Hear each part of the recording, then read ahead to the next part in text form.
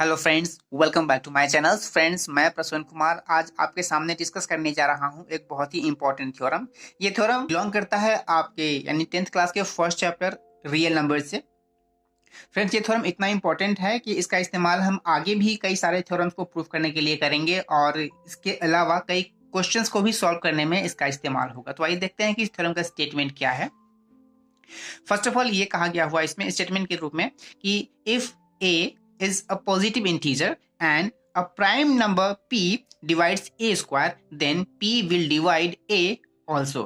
इसका मतलब ये हुआ कि a कोई धनात्मक पूर्णांक है जिसके वर्ग यानी a स्क्वायर को p कोई अभाज्य संख्या है जो कि डिवाइड कर रहा है, तो वो a को भी डिवाइड करेगा। क्लियर है?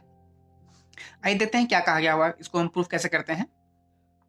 हमने यहां लिखा है let a is equal to P1, P2, P3, Pn, जहां पर P1, P2, P3, Pn अभाज्य संख्याओं का समूह है। मतलब ये सारी संख्याएं अभाज्य हैं जो ऐसे मिली है। हम a को फैक्टराइज किए हैं तो ये हमें मिला हुआ है। ठीक है, तो इसमें हम इस्तेमाल किए हुए हैं फंडामेंटल थ्योरम ऑफ अरिथमेटिक, जिसमें ये कहा गया हुआ है, यहां मैंने यहाँ पे मेंशन कर दिया हुआ है कि from the fundamental theorem of arithmetic, a square can also be expressed as the product of powers of prime numbers uniquely।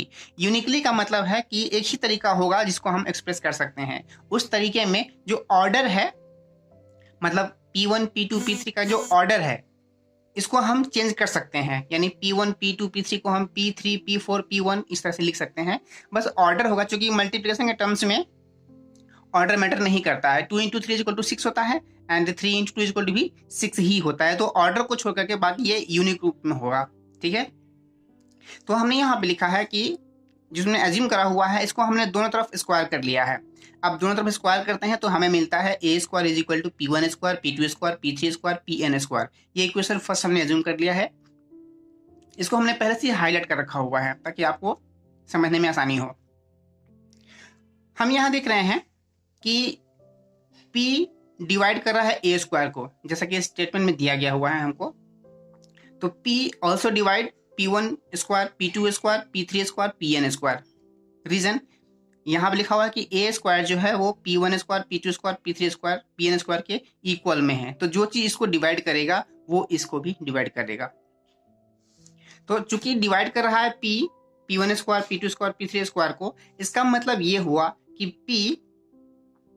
P1 square, P2 square का एक फैक्टर है, या इसी में यूं कह सकते हैं कि ये इसी में से, ये बहुत सारे फैक्टर्स हैं, इसी में से कोई एक फैक्टर P भी है।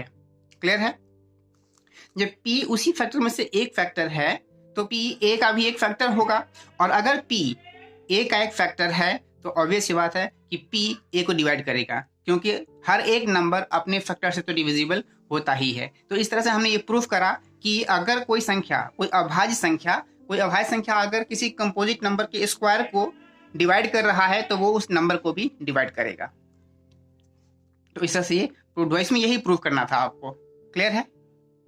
अब सिंपली इसी थ्योरम का इस्तेमाल करके हम ये भी प्रूफ कर सकते हैं कि अगर कोई n non perfect square number है और उसको स्क्वायर के अंदर में रखा गया हुआ है तो वो एक अपरिमेय संख्या होता है, मतलब कि एक इरेशनल नंबर होता है। इसके अलावा आपके और भी कई सारे क्वेश्चंस होते हैं, like show that √3 is an irrational number, √5 - 6 is an irrational number, कुछ इस तरह से क्वेश्चंस आते हैं। तो इन सारे क्वेश्चन का सोल्यूशन आपको इस थ्योरम की हेल्प से मिल सकता है। तो इसलिए मैंने कहा है कि ये जो थ्योरम है वो काफ़ी इंपॉर्टेंट है। इसको एक बार आप प्रैक्टिस कर लीजिए, देख लीजिए, नोट कर लीजिए।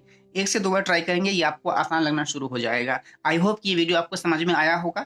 नेक्स्ट वीडियो में मैं आपको शो करके दिखाऊंगा इसी थ्योरम की हेल्प से कि √2 एक अपरिमेय संख्या है किस तरह से। ठीक है गाइस, आई होप ये वीडियो आपके लिए काफ़ी हेल्पफुल प्रूव्ड होगा। आप इसका इस्तेमाल करें, इसको एंजॉय करें। मिलते हैं आपसे अगली वीडियो में। Bye bye.